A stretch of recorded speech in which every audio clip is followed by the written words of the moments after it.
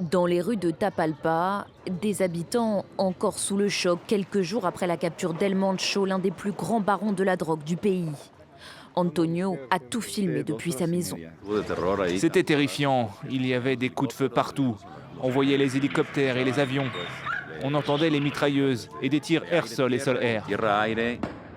Le narcotrafiquant, dont la tête était mise à prix pour 15 millions de dollars, est décédé le 22 février lors de son transport par hélicoptère vers Mexico. Sa mort a déclenché une flambée de violence sans précédent dans le pays, menée par les fidèles du cartel. Selon les autorités, 46 membres présumés de l'organisation criminelle ont été tués et au moins 70 personnes arrêtées. Je pense que, comme tout, ça va finir par se calmer. Les gens vont finir par revenir ici.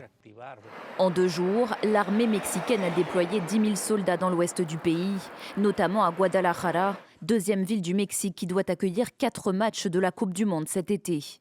À moins de 4 mois du mondial co-organisé par le Mexique avec les États-Unis et le Canada, le patron de la FIFA se veut rassurant. Pour ma part et au nom de la FIFA, nous avons pleinement confiance en la présidente Claudia Sheinbaum au Mexique et nous suivons la situation de toutes les manières possibles.